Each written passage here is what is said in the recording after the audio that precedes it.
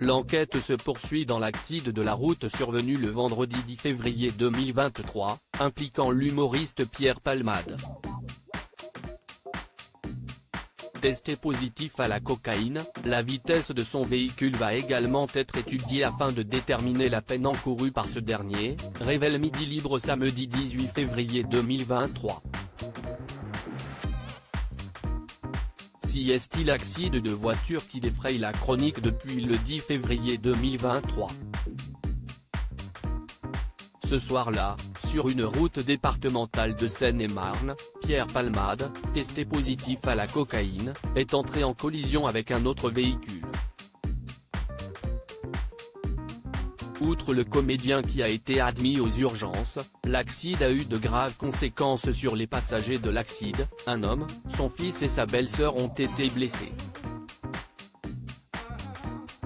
Cette dernière, qui était enceinte de quelques mois, a malheureusement perdu son bébé, tandis que le conducteur et son fils de 6 ans sont encore en réanimation, précisait le procureur de Melun vendredi 17 février 2023.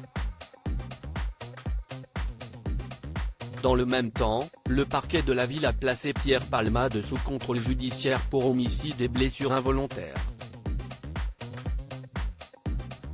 Désormais assigné à résidence, sous surveillance électronique, Pierre Palmade va devoir attendre que l'enquête se termine avant d'être jugé. Un excès de vitesse possible ? Samedi 11 février 2023, le rapport toxicologique du comédien changeait la donne pour les enquêteurs. D'abord qualifié de blessure involontaire par conducteur ayant entraîné une incapacité de travail supérieure à 3 mois, les faits ont été requalifiés d'homicide et blessure involontaire ayant entraîné une incapacité totale de travail supérieure à 3 mois, par conducteur sous l'emprise de produits stupéfiants. Dans le cas d'un homicide involontaire, Pierre Palmade encourt une peine de 7 ans d'emprisonnement et 100 000 € d'amende, selon l'article L231-1 du Code de la route.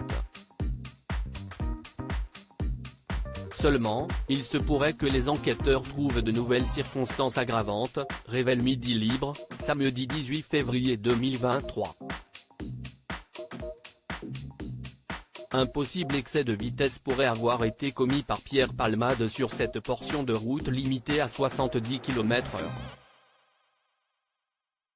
Cette hypothèse a été émise suite à l'état de destruction des véhicules impliqués dans l'accident. En ce sens, le comédien pourrait donc encourir 10 ans d'emprisonnement et 150 000 € d'amende. Affaire à suivre.